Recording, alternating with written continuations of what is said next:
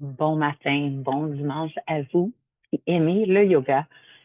Même en vacances, je pense à vous, je vous fais des petites vidéos. Alors ce matin, dimanche, ici est tout près de 9h45. Alors je débute ma pratique parce que ce matin, j'ai pas vu de cadran et j'ai bien dormi parce que la nuit d'avant, j'avais pas bien dormi.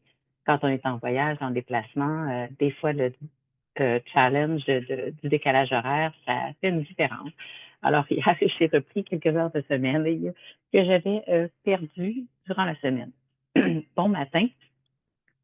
Alors, je fais la pratique. J'enregistre la pratique aujourd'hui, dimanche 9 février. Si tu as le temps aujourd'hui de pratiquer, parfait. Et peut-être vas-tu refaire la même pratique demain, lundi, pour le yoga gratuit, parce que demain, je serai dans l'avion pour retourner vers Montréal. Donc, voilà, c'est ce que je t'offre avec mon cœur, avec plaisir. Alors, ce matin, je voulais te lire pour débuter la pratique de yoga une belle petite phrase que j'ai lue qui dit l'apprentissage ressemble à l'horizon. Il n'y a pas de limite. Ça vient d'une parole chinoise, un sage chinois qui a dit cette belle phrase. Et quand tu y penses, c'est vraiment ça. Quand tu regardes l'horizon, c'est comme il n'y a pas de limite, ça se termine où? Donc, c'est comme ça qu'il faut voir un peu toutes nos facettes de notre personnalité, toutes les facettes, toute notre vie, la voir un peu comme ça, voir que l'horizon en avant de nous et que les limites sont à l'infini. Et ça veut dire ouvrir notre cœur, ouvrir notre esprit à la beauté, à la richesse, à tout ce qui nous entoure, à tout ce que nous avons et puis en faire profiter aussi tout le monde autour de nous. Voilà, c'est sur ce qu'on va débuter la classe de yoga aujourd'hui. Et si tu remarques que je suis dans un nouvel endroit, je suis dans un gym à Lyon. Alors, on fait ce qu'on peut avec ce qu'on a. Alors voilà, c'est ce même que j'aime voir la vie. On voit l'horizon, puis il n'y a pas de limite. On trouve des solutions. Super. Sur ce, on va se retrouver en position sur le dos. Et puis, on va débuter avec le bridge actif. Le bridge actif, ça veut dire soulever les hanches et redescendre. Donc, on est active, on soulève et on redescend. Avec ça, on prépare tranquillement la partie centrale de notre corps. On inspire quand on soulève, on expire à la descente.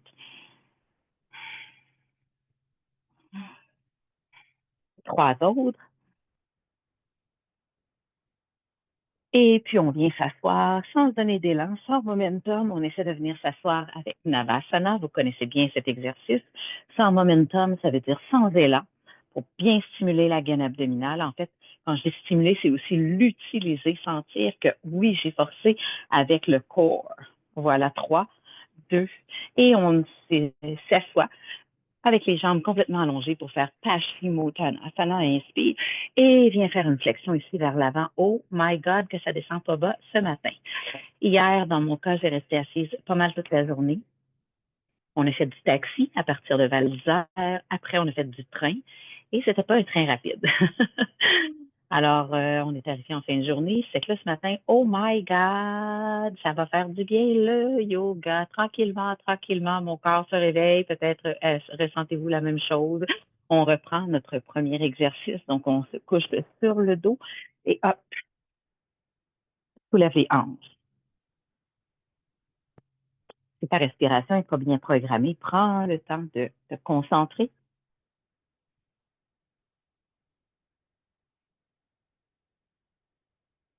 Et maintenant, tu vas maintenir les hanches soulevées et tu vas installer ta jambe droite en figure 4. Garde ta jambe droite en figure 4 et tu fais descendre tes hanches et soulever.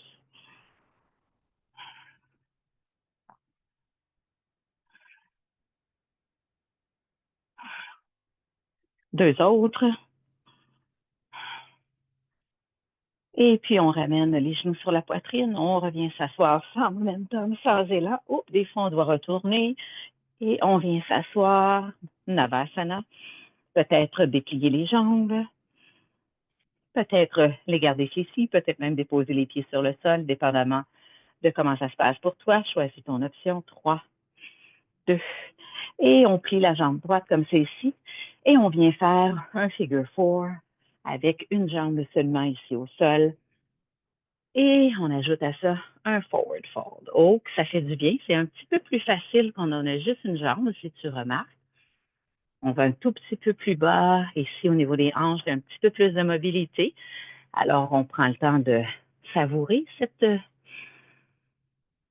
plus. Ah.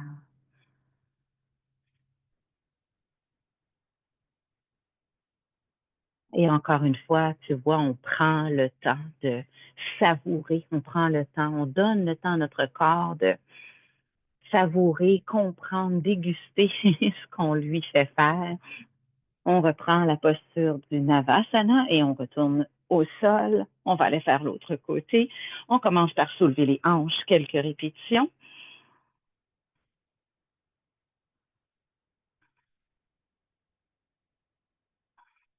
Et puis on garde les hanches soulevées. On ajoute le figure four avec la jambe gauche ou l'autre jambe.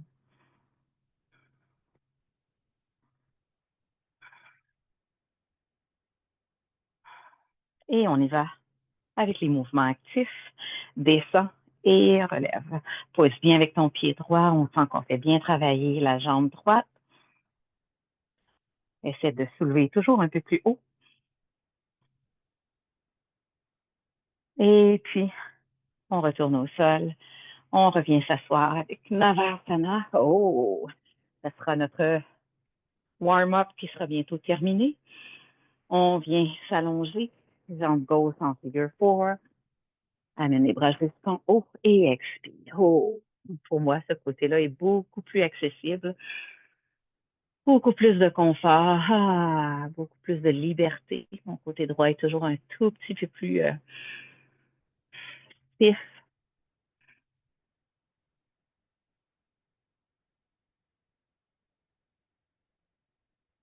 Merveilleux. Et puis on retourne se faire un dernier Navasana. Tu sais que tu peux toujours mettre tes mains ici. Pour moi, ce qui est important, c'est que je veux te montrer et que tu prennes conscience comment est positionné ton dos. Si tu es tout arqué comme ça et que tu te tiens comme ça ne donne pas grand-chose.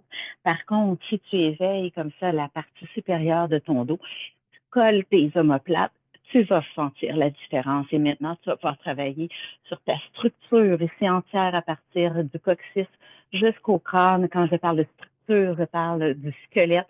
Un squelette fort, des abdominaux bien contractés, un corps solide, les muscles au bas du dos très impliqués dans l'exercice, les muscles des cuisses. Encore 3, 2, et on se retrouve en position up sur les mains sur les genoux, même sur le bout des orteils, on soulève les genoux de quelques millimètres pour faire le bear plank. Quand je fais le bear plank, à chaque fois que j'inspire, je suctionne mes abdominaux. Ferme tes yeux si tu veux comprendre un peu plus. Faire ton ventre. Et puis, on s'en vient faire un beau chien tête en bas et on va alterner les deux comme ça ici. Bear plank, chien tête en bas, bear plank, Adho Mukha Svanasana. Et même quand tu t'en viens faire le Adho Mukha Svanasana, tu dois absolument, impérativement serrer ton ventre pour soulever tes hanches. Les hanches, c'est très lourd. Alors, on a besoin de tous ces muscles-là, les muscles du corps. Expire 2 autres fois. Tellement une belle préparation, un beau warm-up. Expire, garde le chien tête en bas.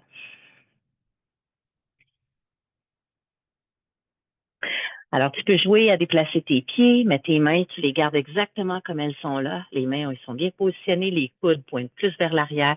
Et par la suite, c'est tes jambes que tu ajustes, soit au niveau des genoux, au niveau de la distance entre les pieds, entre les deux pieds, la distance entre les pieds et les mains. Merveilleux. Et on amène le pied droit devant pour une belle guerrière renversée. Amène le bras droit comme ça, jour en haut. Essaie d'aligner tes deux talons, des fois sans même le savoir, sans même regarder, on le sait qu'ils sont bien alignés. Sinon, tu vérifies. Merveilleux, merveilleux. Étire, étire, étire. Et on reprend ici avec les bras de la guerrière humble. Quand je dis reprend, c'est parce qu'on l'a fait il y a quelques jours. Et on plonge pour faire la guerrière 1. Stabilise tes pieds, ancre bien tes pieds, t'es solide, t'es ancré, t'es stable.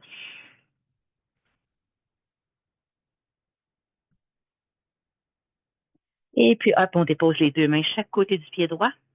Avance un tout petit peu ton pied gauche et déplie ta jambe droite le plus possible en faisant un forward fold. Ça veut dire que tu plies ton tronc pour le rapprocher de ta jambe droite.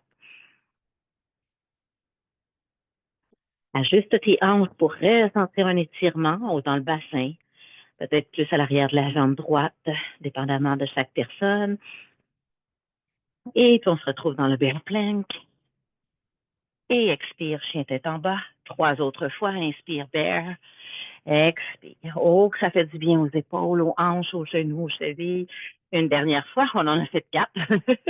On amène le pied gauche devant, on va faire l'autre côté. Guerrière renversée, inspire.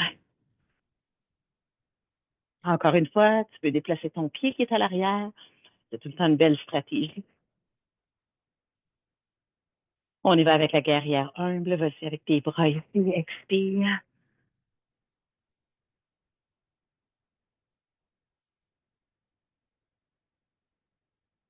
Et puis les deux mains chaque côté du pied gauche. Un petit hop avec le pied droit et on déplie. Et ici, c'est une belle posture qui te permet de voir si tes deux talons sont alignés.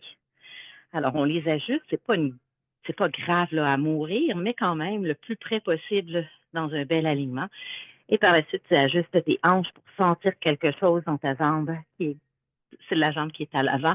Ça veut dire que tu peux modifier légèrement les hanches, tu peux les bouger, tu peux fléchir un petit peu plus le genou gauche si tu sens que ça t'aide à ressentir un peu plus l'étirement. Puis descends après ça ton tronc le plus près possible de ta jambe gauche pour un beau forward fold. Et on se retrouve hop dans le bear plank, expire. Adho Mukha Svanasana, ça devrait être de plus en plus facile. Tourne tes coudes, pointe les coudes vers l'arrière. C'est une stratégie aussi hyper importante pour améliorer le chien tête en bas. Et on se retrouve sur les genoux pour faire le Gomukhya Arms. Alors, Gomukhya Arms, bras droit ici, on roule le bras gauche. Si tes mains ne se touchent pas ici à l'arrière, s'il te plaît, prends une ceinture pour t'aider à tirer. Et encore une fois, je montre souvent cet exercice que vous faites souvent juste comme ça ici, tous les athlètes, les gens qui s'entraînent. Et pour moi, je trouve ça très limitant dans ce sens que tu as juste ton bras droit là, qui fait quelque chose. Ici, tu ajoutes vraiment cette rotation et en ajoutant cette rotation dans l'épaule gauche, eh bien, c'est certain que tu vas aller défaire des vieux patterns dans un premier temps et tu vas améliorer la rotation, le mouvement, la liberté dans tes deux épaules. Alors, encore une fois, si tes mains ne se touchent pas, prends une ceinture et aide-toi. On va faire l'autre côté, Gomukhya Arms. Qui ne veut pas avoir de la liberté dans son dos, dans ses épaules? On veut bien vieillir, hein? Juste le fait de, pour nous les femmes, attacher notre soutien-gorge, avoir cette liberté dans les bras, les épaules. Quand on fait ce genre d'exercice, on a une belle extension de la colonne vertébrale qu'on fait rarement. Alors, allez-y, gâtez-vous et allez oser, oser. On va maintenant faire les bras de l'aigle. Glisse le bras droit sous le bras gauche. Encore une fois, ça, c'est la première option et c'est déjà merveilleux. Tu vas sentir un bel étirement entre tes omoplates, pouce, coude contre coude. Et peut-être pour certaines personnes, on est capable d'aller entrelacer les mains. Et on veut maintenant soulever les coudes, peu importe l'option que nous avons choisie ou que notre corps nous permet de faire. Si comme ça, tu lèves tes coudes, puis c'est quand même encore correct, tu peux penser à comme ça descendre les mains vers le plancher. Tu vas aller encore te chercher un petit peu plus de ressenti dans tes épaules, dans le haut du dos, les trapèzes, le cou. On va aller faire l'autre côté de l'aigle, les bras. Maintenant, ce sera le gauche. Commence par les deux coudes, colle, colle, colle, lève les coudes. Et maintenant, peut-être tenter de entrelacer les mains. Lève un peu plus les coudes pour avoir un ressenti un peu plus intéressant et tu choisis vraiment pour certaines personnes, c'est même pas possible d'aller si haut. C'est pas grave. L'important, ferme tes yeux et est-ce que tu ressens quelque chose dans tes épaules? That's the point. Sinon, tu peux ajouter avec les mains, comme je t'expliquais tantôt, essayer de descendre tes mains, les bras, les avant-bras vers le plancher, en gardant les coudes soulevés. 3, 2, oh, que ça fait du bien. Expire. Et puis, on s'en vient faire les bras de la guerrière humble avec une inversion. Descends ta tête sur le sol pour le rabbit.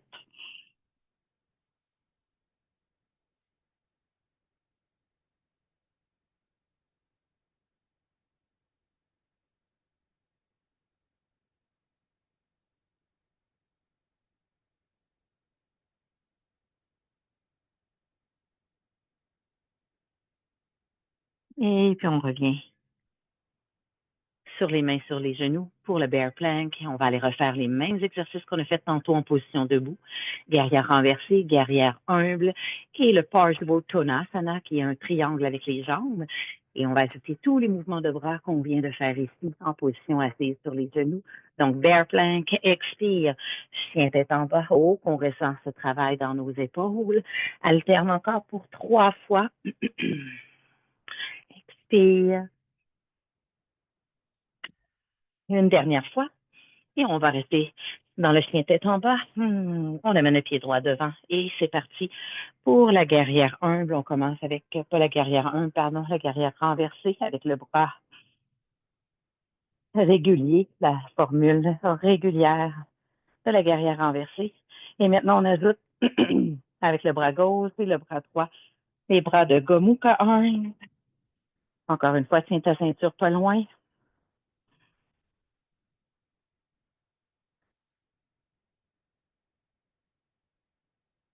Et puis, on y va avec les bras de la guerrière, pas de la guerrière, mais de l'aigle. Trouve tes solutions comme je t'ai montré un peu plus tôt. Trouve tes options. Et puis, on plonge avec la guerrière humble. Vas-y, entrelace tes doigts. Donne à ton corps, à ton tronc, à ta poitrine cette ouverture. Et hop, on plonge.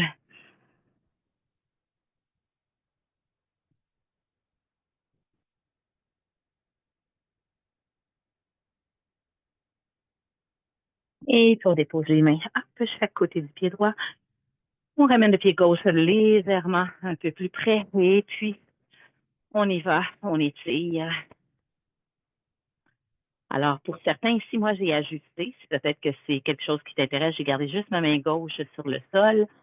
Et avec ma main droite, je pousse dans ma hanche, dans le creux de la hanche, soulever un peu plus ma hanche droite. Je contracte bien mon quadriceps droit.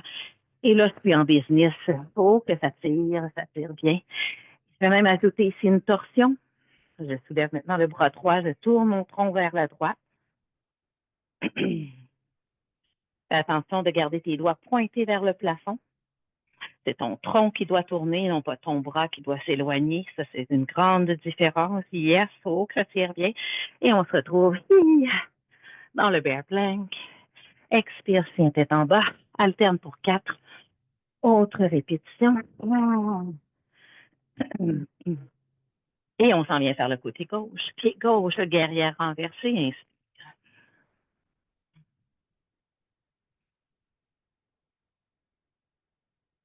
On y va avec les bras de la vache, Gomukhya Arms. Gomukhya, ça veut dire vache en sanskrit. Pense à tous tes petits trucs que tu as pensés pour cette posture. Garde ton attention sur tous les détails, tout le ressenti de ton corps. Et on s'en vient faire les bras de l'aigle. Ce sera maintenant le bras gauche. En espérant que tu te rappelles l'autre côté si c'était bien le droit. C'est ça, garder son attention en yoga. C'est pas grave de se tromper, c'est pas ça que je dis, mais c'est plus important de garder son attention, porter son attention sur ces détails. C'est un des objectifs de la pratique du yoga. Et puis on y va avec la guerrière humble. Expire. Et laisse-toi aller, utilise toute la gravité, le poids de ton corps pour descendre, laisser tes bras faire cette belle rotation. Merveilleux. Et on s'en vient les mains chaque côté du pied gauche, un petit hop avec le pied droit. Et c'est parti pour Parsvottanasana. Tu vois, ma hanche droite, je le sens très, très bien. Elle est beaucoup plus élevée que ma hanche gauche. Alors, en déposant ma main droite comme ça ici au sol et en mettant ma main gauche dans le creux de ma hanche, épurer et ajuster, mais ça me demande automatiquement de plier mon genou gauche. Et c'est ce qu'il faut faire. Et là, je sens beaucoup plus l'étirement dans ma jambe gauche et c'est ce qu'on veut ressentir. En faisant ce genre d'ajustement-là qu'on va pour chacune des personnes que nous sommes différentes une de l'autre, aller trouver son repère. Et on garde tout ça comme ça et on va soulever le bras gauche.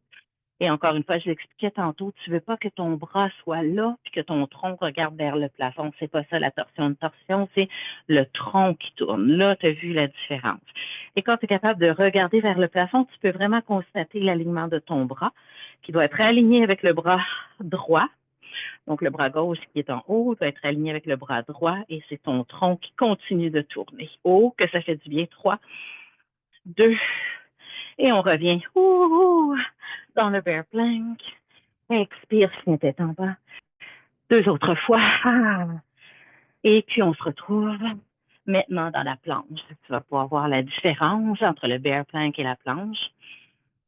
Pas que ça demande un plus grand effort. Dans mon cas, c'est assez accessible. Peut-être ressens-tu la même chose. L'important, c'est que tes bras soient un petit peu plus impliqués dans l'exercice et beaucoup, beaucoup, beaucoup le corps. 3, 2, et on descend dans un beau up dog sur le dessus des pieds. Bel étirement des chevilles. Je sais que pour certains qui font beaucoup de jogging, c'est plus difficile ou qui marchent beaucoup sur des grands marcheurs. Les chevilles sont toujours un petit peu plus stiff. Allez-y tranquillement, puis alterner peut-être avec comme ça sur le bout des orteils. Et hop, sur le dessus des pieds. Alternez, trouvez vos solutions. Et expire. Child pose.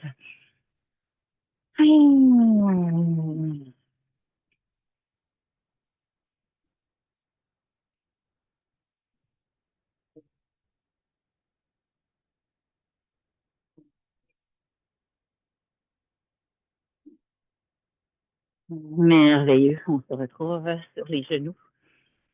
Et on va aller faire comme ceci sur le bout des orteils, le toe killer. Moi, j'aime replacer mes orteils parce que c'est les orteils un peu comme par en dessous. Dans ma famille, c'est un peu comment les pieds sont faits. Et à un moment donné, j'ai eu très, très mal à une orteil du pied gauche, tellement probablement mes chaussures, quand j'étais jeune, étaient beaucoup trop petites. Sans même le savoir, ma mère et moi, on a fait ça. J'ai porté du 8 toute ma vie, puis je me suis rendu compte que finalement, le 9, c'était pas mal plus ma grandeur. Mais bon, le mal est fait. Et ça m'a donné tellement mal à une orteil. Là, le tendon était complètement, là, je peux dire, squeezé.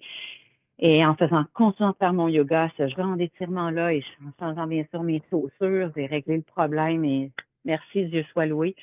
À un moment donné, je me disais, coudonc, je vais être capable de marcher jusqu'à 80 ans, j'étais inquiète. Alors, bonne nouvelle et bonne nouvelle pour vous si vous avez ce genre de problème. Il y a des solutions. Encore une fois, voyez ça comme l'horizon. Il y a des options. Il faut les essayer. Il faut se donner du temps. Merveilleux.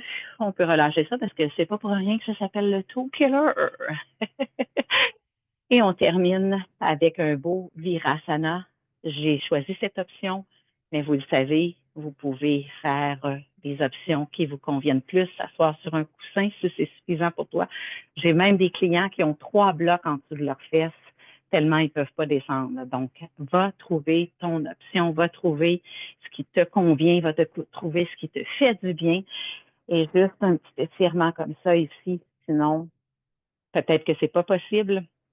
Encore une fois, le professeur est là pour donner des options, puis toi, tu dois choisir ce qui est le mieux pour toi. Si tu as besoin des coussins sous tes genoux, n'hésite pas, peu importe.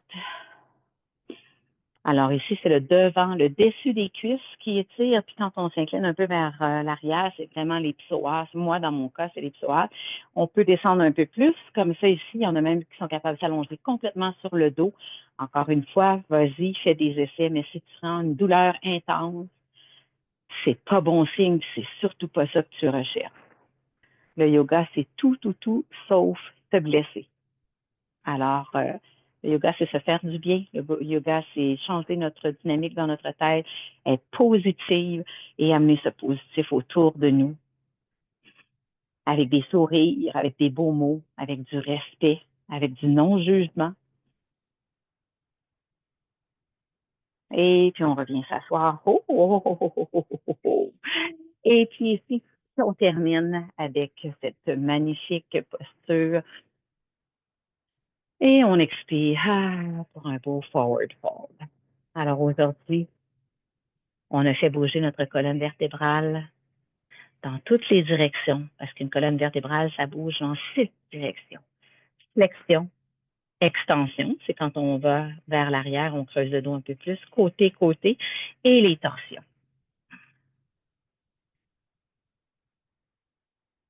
Ça, c'est prendre soin de sa colonne vertébrale, c'est prendre soin de ses os, de toutes ses articulations, les tendons, les ligaments, les muscles, notre santé mentale, parce qu'on apaise l'activité cérébrale. Quel bonheur. Alors voilà, je vous quitte sur ce bel exercice et je vous dis encore une fois je vous souhaite, pardon, encore une fois un beau dimanche, une belle journée, profitez-en bien et peut-être faire cette même pratique demain matin. Moi, je crois sincèrement que refaire la même pratique, les mêmes exercices que ça fait, ce que ça donne vraiment encore plus de qualité.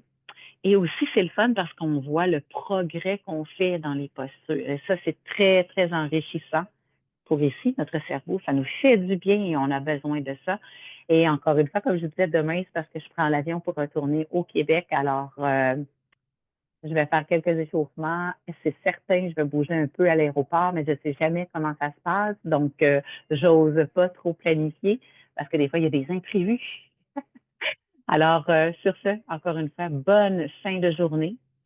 Regarde à l'horizon et vois cet infini et mets ça dans ton cœur, mets ça dans ta tête et puis garde ça comme ça pour toutes les situations qui s'offrent à toi aujourd'hui, demain, dans les prochains jours.